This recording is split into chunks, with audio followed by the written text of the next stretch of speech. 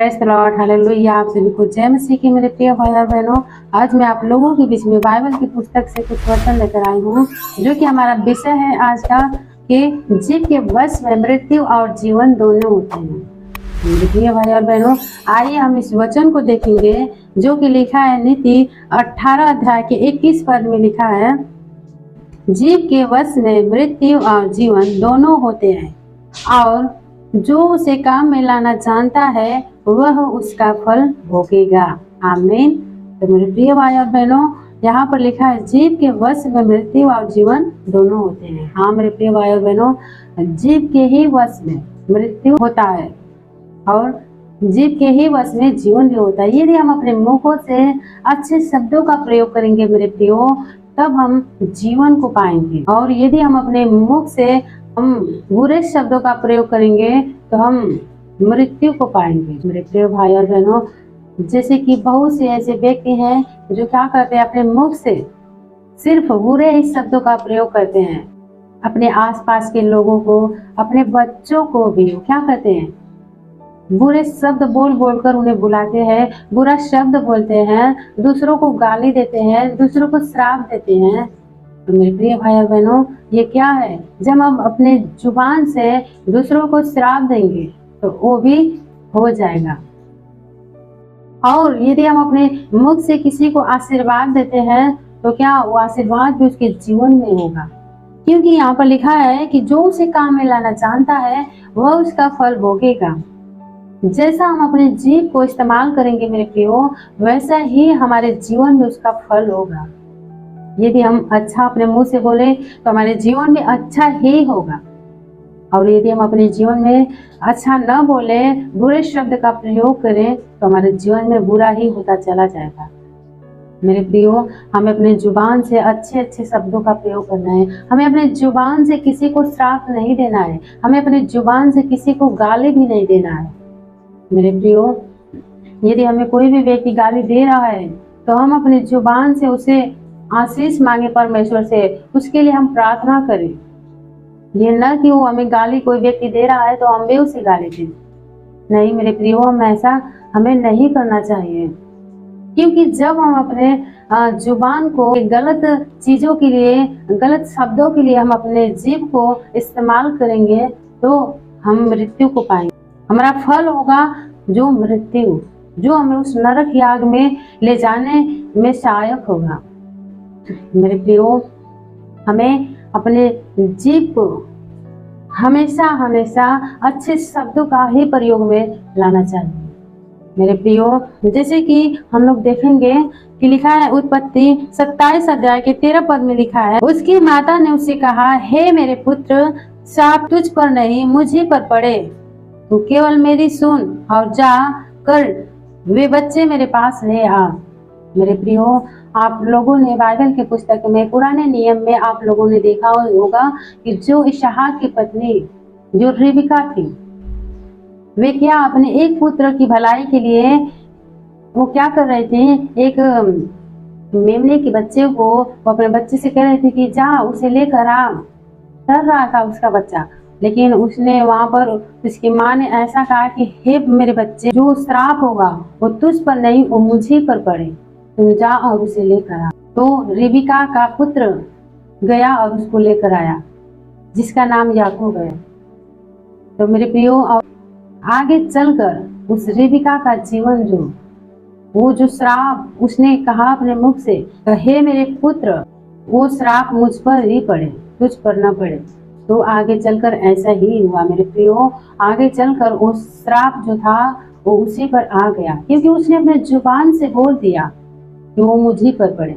आज बहुत से ऐसे व्यक्ति हैं, वो क्या करते हैं, बातों बातों में अपने ही जीवन में वो अनेक समस्याओं को लेकर आ जाते हैं। अपने ही जीवन में वो बुलाते हैं कि मेरे जीवन में ऐसा हो जाएगा तो क्या हुआ, मेरे अंदर ये बीमारी हो जाएगी तो क्या हुआ, ऐसा ऐसा बोलकर क्या करते हैं, वो अपने अंदर उस जीवन को पालते हैं। मेरे प्रियो, यदि याकूब की माँ ऐसा उस समय न बोलती तो उसके ऊपर जो श्राप था वो न आता। मेरे प्रियो, हमें अपने आप पर या हमें अन्य किसी व्यक्तियों पर, अपने भाई और बहनों पर, हमें अपने प्रियजनों पर कोई भी ऐसा अशब्द नहीं बोलना है ताकि जो आगे चलकर उनके लिए कठिनाइयां उत्पन्न करें। मेरे प्रियो, और हम लोग देखेंगे कि जो हमारा मुंह है, हम लोग अपने मुंह से जो बोलेंगे वही हमारे लिए होगा। मेरे प्रियो, और यहाँ पर आगे लिखा है वचन में, क्योंकि धार्मिकता के लिए मन से विश्वास किया जाता है और उद्धार के लिए मुख से अंगीकार किया जाता है। हालेलुया। यहाँ पर लिखा है धार्मिकता के लिए मन से विश्वास किया जाता है, लेकिन उद्धार पाने के लिए हम लोग क्या करते हैं? अपने मुख से ही अंगीकार करते हैं। हम अपने कान से नहीं करते, हम अपने आँख से नहीं, हम अपने जुबान से ही करते हैं। मेरे प्रियो, जब तक हम अपने मुख से अपने पापों को नहीं मानेंगे और हम अपने मुख से अंगीकार नहीं करेंगे, तब तक हमें उद्धार भी नहीं मिलने वाला है। जब हम अपने मुख से अपने पापों को जीवन में, जब तक हम उसे अंगीकार नहीं करेंगे अपने मुख के द्वारा, तब तक हमें उद्धार भी नहीं मिलने वाला। जब हम अपने मुंह से अंगीकार करते हैं तभी हमें उद्धार प्राप्त होता है। तो मेरे प्रियो, ये हमारा जो मुख से जो शब्द निकलता है मेरे प्रियो, हमारे जीवन के लिए ये लाभदायक होता है। और जब हम इसे अच्छे शब्दों के लिए उपयोग करते हैं इसका, तब हमारे जीवन में अच्छा ही अच्छा होता जाता है। तो मेरे प्रियो, ये हमारा जो जीव है, ये क्या है? एक हमारे जीवन में जीने की, एक हमें उद्धार पाने की एक रास्ता है। मेरे प्रियो, वो जो होता है ना, हमारे जुबान, इसे शैतान में इस्तेमाल करता है। मेरे प्रियो, क्योंकि हम लोग वचन में देखेंगे, यहाँ पर लिखा है मत्ती 16 अध्याय के 21 से लेकर 23 तक मैं पढ़ूंगी। उस समय से यीशु अपने चेलों को बताने लगा कि मुझे अवश्य है कि यरूशलेम को जाऊं और पुरनिये और महायाजकों और शास्त्रियों के हाथ से बहुत दुख उठाऊं और मार डाला जाऊं और तीसरे दिन जी उठूं। उस समय की बात है जब यीशु मसीह अपने चेलों को बता रहे थे कि मैं यरूशलेम जाऊं और शास्त्री और फरीसियों के हाथों के द्वारा मार डाला जाऊं और मरने के बाद फिर जी भी उठूं। प्रभु यीशु मसीह जब अपने चेलों को बता रहे थे तो इस पर पतरस उसे अलग ले जाकर झिड़कने लगा कि हे प्रभु, परमेश्वर न करे कि तुझ पर ऐसा कभी होगा। 23 में देखेंगे, उसने फिर पतरस से कहा, हे शैतान, मेरे सामने से दूर हो जा, तू मेरे लिए ठोकर का कारण है, क्योंकि तू परमेश्वर की बातें नहीं परंतु मनुष्यों की बातों पर मन लगाता है। आमीन।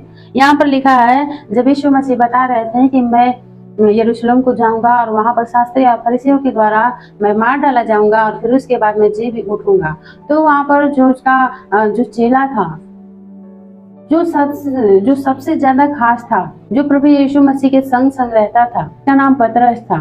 उसने क्या किया? यीशु मसीह को वो अलग ले जाकर उसे झिड़कने लगा। उसने कहा, हे प्रभु, परमेश्वर ऐसा न करे। जब प्रभु ने उसे कहा कि मैं वहां पर जाऊंगा, मार डाला जाऊंगा, तो उसने कहा कि नहीं प्रभु, ऐसा तेरे साथ कभी ना हो। वो क्यों ऐसा बोल रहा था मेरे प्रियो? क्योंकि उसकी जुबान को उस समय शैतान इस्तेमाल कर रहा था मेरे प्रियो।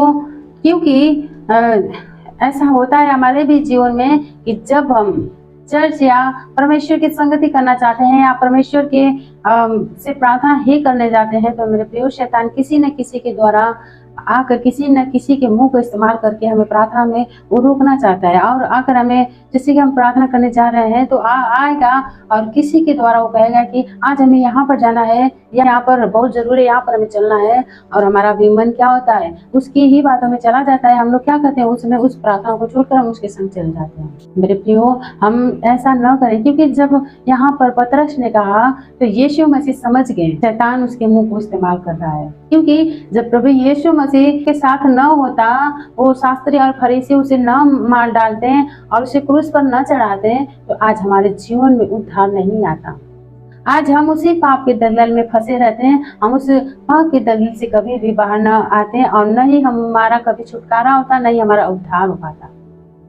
मेरे प्रियो, शैतान इसलिए रोक रहा था कि ये न क्रूस पर चढ़े और न ही लोगों का छुटकारा हो, नहीं हो उद्धार पाए। तब यीशु मसीह ने क्या कहा? उसने फिर पतरस से कहा, हे शैतान, मेरे सामने से दूर हो जा।